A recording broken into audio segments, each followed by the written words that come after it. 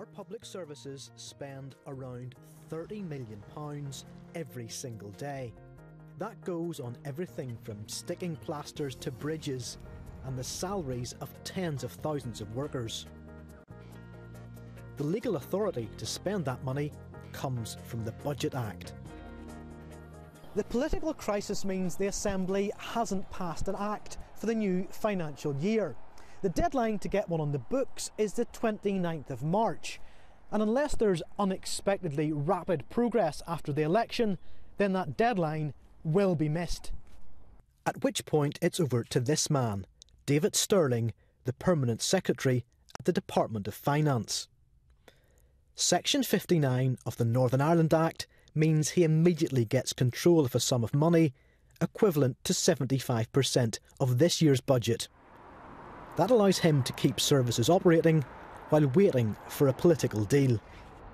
We've taken legal advice on this, and it is very clear that this provision is an interim measure. It's purely a stopgap to ensure that business continuity prevails, and that departments have the cash that is necessary for them to run their services until such times as a Budget Act is put in place. But there are other complications. Without a budget, Stormont also lacks the power to issue rates bills. You'll get a bill at some point, but it's not clear when. Councils which rely on rates revenue will instead get their money directly from Mr Stirling's pot. But that can't go on indefinitely. The sooner, from our perspective, normal services resumed, that's fine. If it can't be resumed, we very quickly need a devolution bill that goes beyond Stormont. Because 11 councils now, seamlessly since '72, have been delivering services, and they want to plan their local economies. They want to assemble land, they want to get regenerated, they want to work with other government departments. If there isn't a budget or there is looming uncertainty, then give the councils the power and the resources to do the job. The rules also mean that European farm subsidies can't be paid out in the normal way.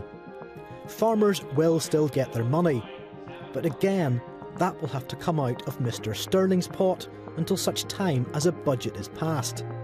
So you can see how resources will start to become squeezed the longer this goes on. If we get as far as July and there's still no Budget Act, then things become extremely serious. At that stage, Mr Stirling will have the right to spend an amount equivalent to 95% of this year's budget right across the financial year. So in effect, that will mean cuts of at least 5% across the entire public service. Even if it doesn't come to that, it's clear that budgetary uncertainty will cause problems for the biggest part of that service.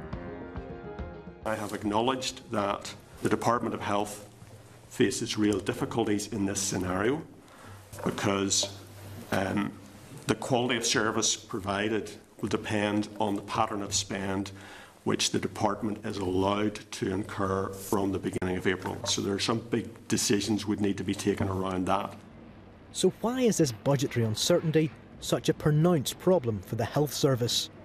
It may be partly because in the current year, health has had extra funds as a one-off and starts a new year without those funds, or it may be because they have lumpy expenditure which is coming in the first months.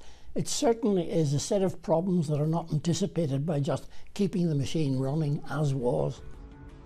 At some point, the situation will become critical and a direct rule minister will have to step in to pass a budget. But Mr Stirling wouldn't be drawn on when that might be.